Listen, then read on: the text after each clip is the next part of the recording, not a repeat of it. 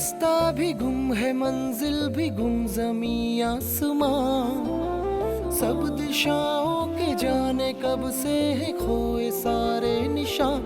छाया हुआ है एक धुआं, धुंधला सा है सारा समा। राह वीरान है, रुत परेशान है, जिंदगी सोच के जैसे हैरान है। क्या खुशी होती है, क्या है गम, ये कहाँ आ गए हम, ये कहाँ आ गए हम।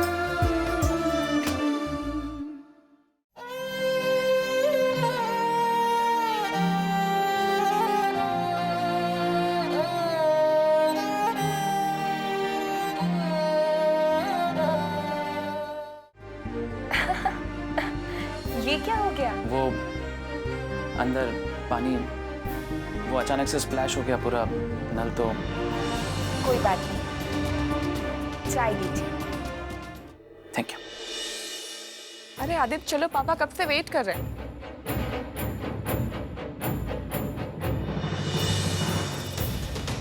आदित्य ये निधि है ना? आदित्य ये निधि है ना? चलो घर चलते हैं। आदित्य चलो चलो।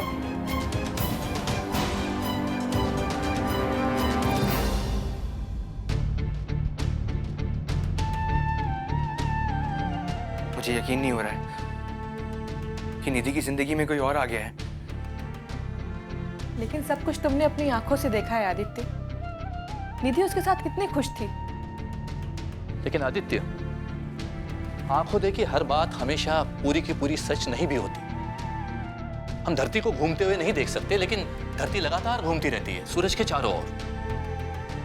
हमने निधि के साथ जिसे देखा वो कोई उसका रिश्तेदार या दोस्त भी हो सकता है। आदित्य देखो, निधि की जिंदगी में अगर कोई आ भी गया है ना, तो इसमें तुम क्या कर सकते हो? और इसमें निधि की भी क्या गलती है? गलती तो मेरी भी नहीं है दीदी, लेकिन मेरा दिल ये बिल्कुल मानने को तैयार नहीं कि निधि की जिंदगी में कोई और आ सकता है।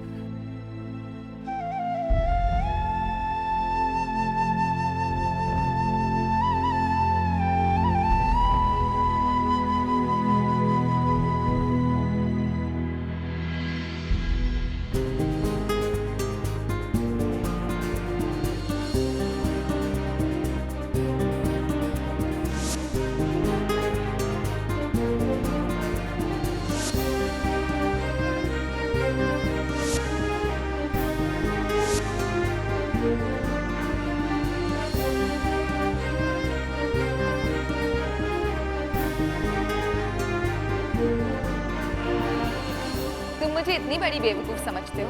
मुझे हवेली में रहने के कायदे नहीं आते? एक बार शादी तो हो जाने दो, तुम्हारी पूरी हवेली में एक ही नाम गूंजेगा, निधि निधि निधि।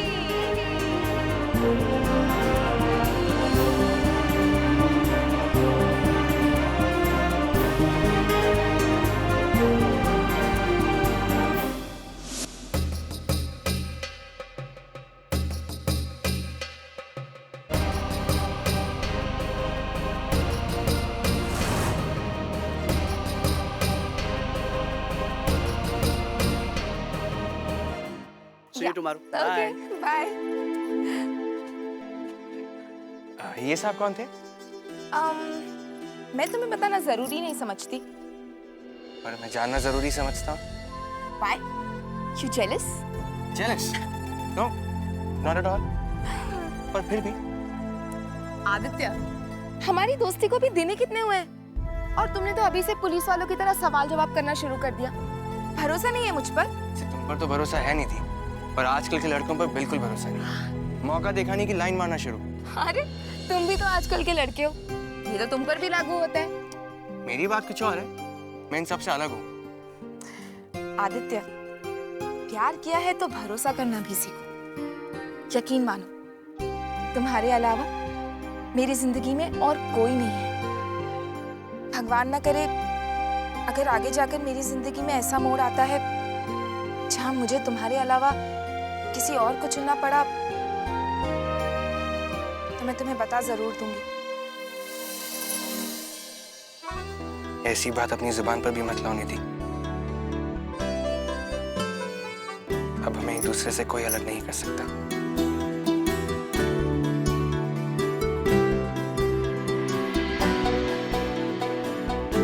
अब तो बता दो वो कौन था। नहीं बताऊंगी।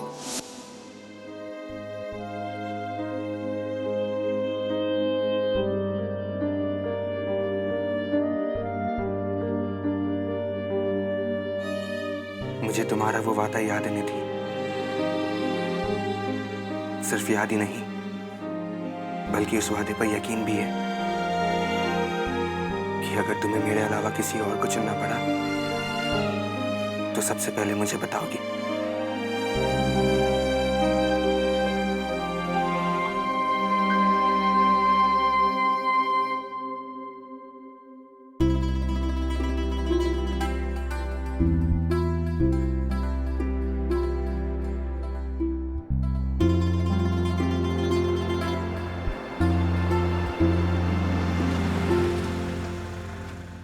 हाय।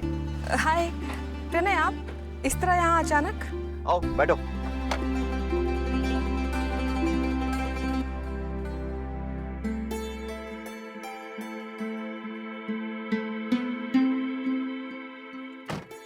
लेकिन आप इंदौर में कैसे?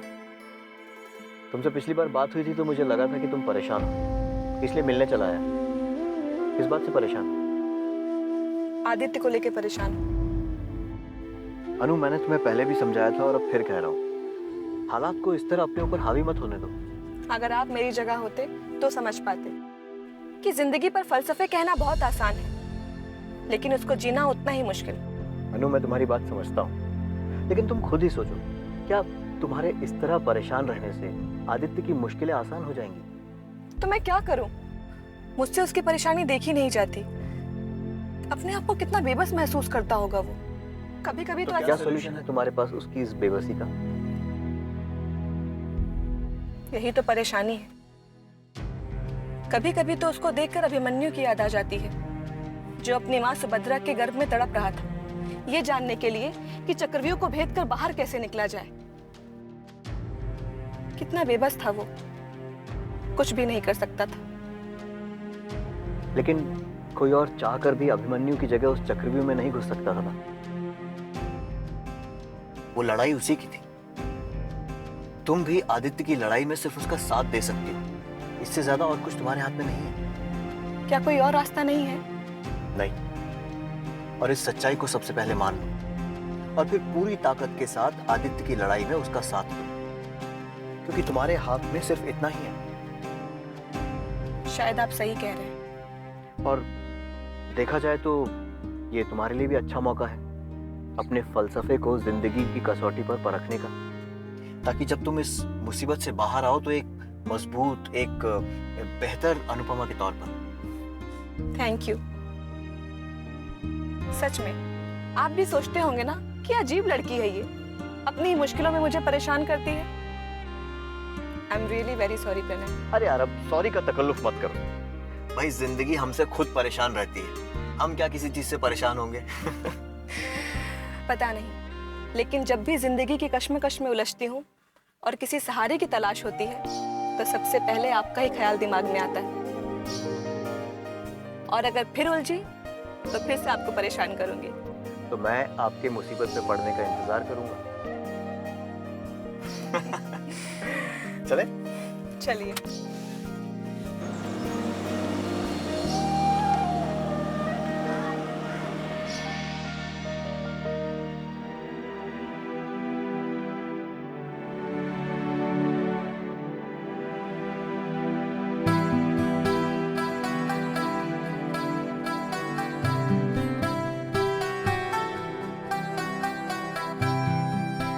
निधि जी, आपको किसी ने कहा है कि आपका फेस बहुत ही फोटोजेनिक है?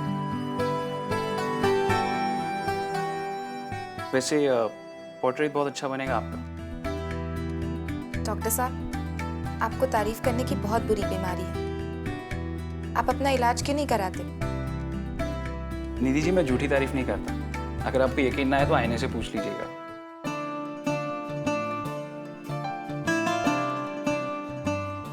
आईना तो बेजुबान होता है डॉक्टर साहब। वही तो निधि जी, अगर वो बेचारा बोल पाता तो आपको सबूत की जरूरत ही नहीं पड़ती। रोज सुबह उठ के आपको आपकी खूबसूरती के बारे में खुद ब खुद बता देता। हाँ, या तो बता देता या मेरा चेहरा देखकर घबराकर खुद ही टूट जाता और डैड का खर्चा बढ़ जाता। उन्हें रोज नया आईना लाना पड़ता।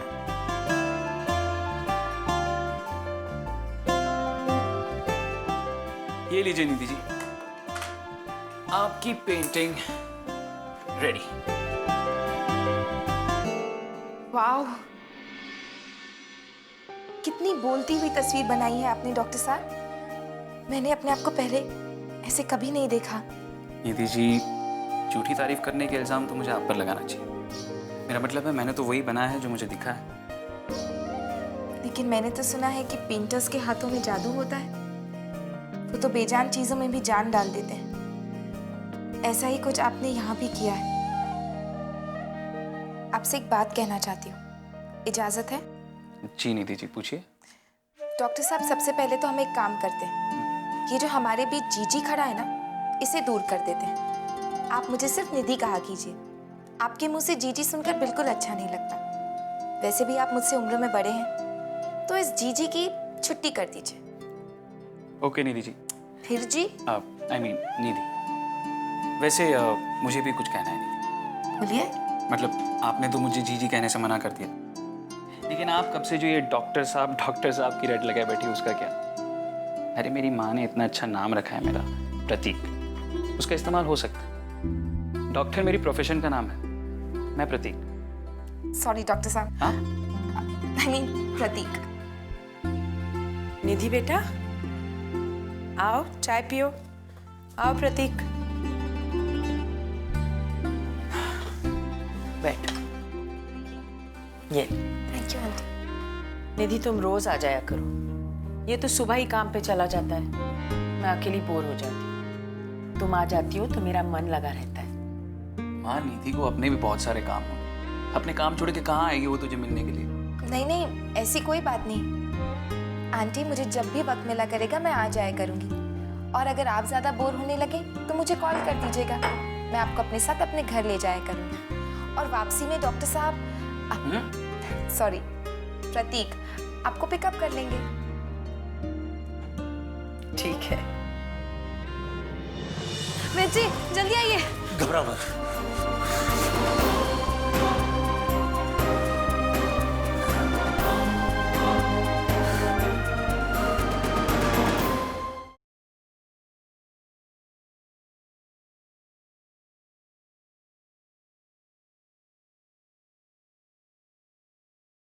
ये कहाँ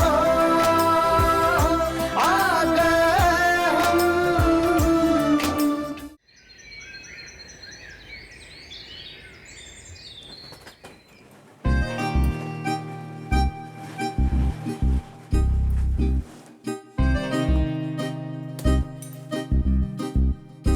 हाय।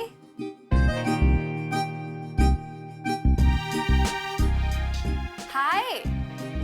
अरे क्या हुआ? आप ऐसे हाय हाय क्यों कर रही हैं? I just said hi to you. फिर से हाय हाय? देखिए, यहाँ ना तो कोई मरा है और ना ही कुछ बुरा हुआ है जो आप ऐसे हाय हाय कर रही हैं। अरे हाय एक अंग्रेजी शब्द है। ओह, आप ना हमसे अंग्रेजी में बात ही मत कीजिए। इस मामले में हम एकदम काला अक्षर भैंस बराबर हैं। ओह, तो तुम्हें अंग्रेजी नहीं आती? कोई बात नहीं, अंग्रेजी नहीं आना कोई बुरी बात नहीं है। मैं नलिनी। हाय। नमस्ते, हमारा नाम पवित्रा है। नमस्ते, मैं नलिनी हूँ। तो तुम भी न्यू एडमिशन हो? हाँ, न्यू एडमिशन मतलब तुम भी नई हो? वैसे हम 19 साल पुराने हैं, पर इस स्कूल में नए आए हैं। Good joke. तुम्हारा सेंस ऑफ ह्यूमर, मतलब मजाक करने का अंदाज ना बहुत ही कमाल का है। मुझे भी लोगों को हंसाना, खुद हंसना बहुत पसंद है।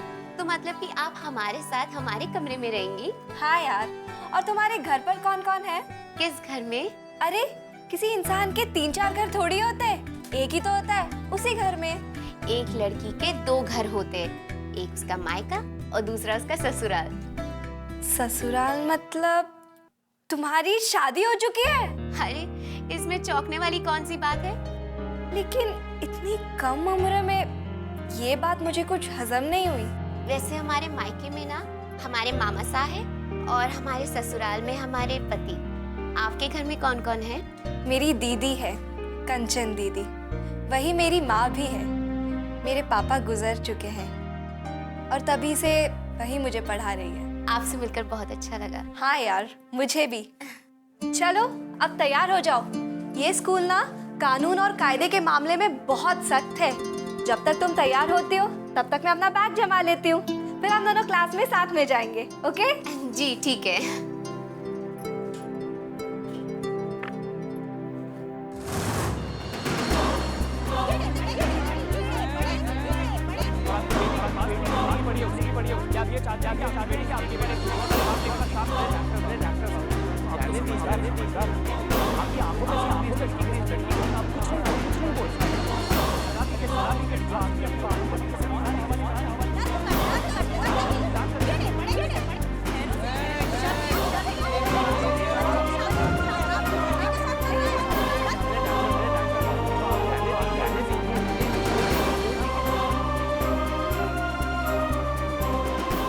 जी जल्दी आइए। घबरा मत।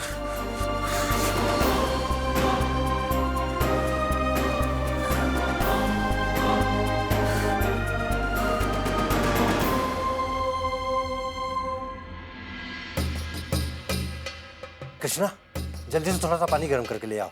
हाँ बिल्कुल।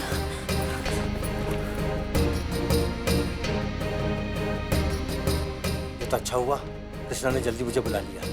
यदि कुछ देर हो जाती तो अनर्थ हो जाता। बाबूजी की नाड़ी डूब रही है। ये पाँव में मसलू जरा इनके।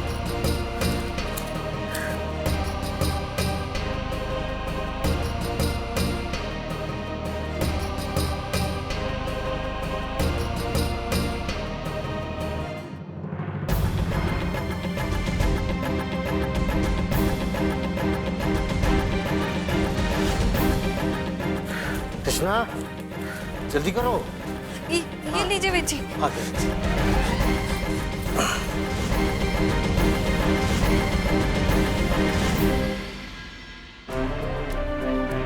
अब तो ये जड़ी ही इनकी जान बचा सकती है।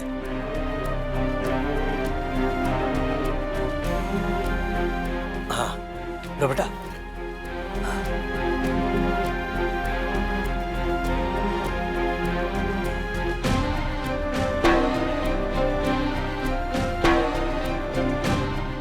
बाबूजी को मैंने मना किया था कि अपने दिमाग पे जोर न डालें, क्योंकि अभी ये कुछ भी याद करने की कोशिश करेंगे तो इनका रक्तचाप बढ़ जाएगा और उससे इन्हें दौरा पड़ जाएगा।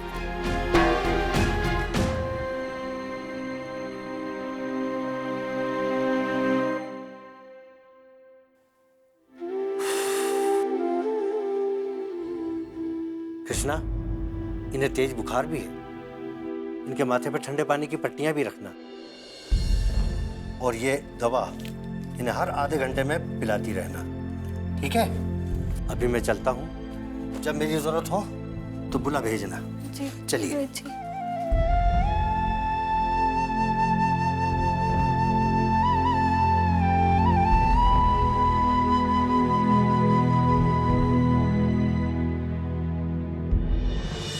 आदित्य, मैं जानती हूँ कि तुम्हारे साथ जो कुछ भी हुआ वो सही नहीं हुआ। बस इसे एक बुरा सपना समझकर भूलने की कोशिश करना।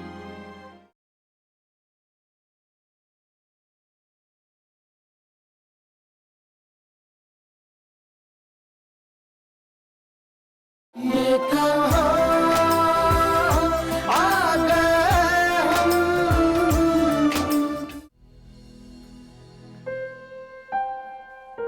दीदी,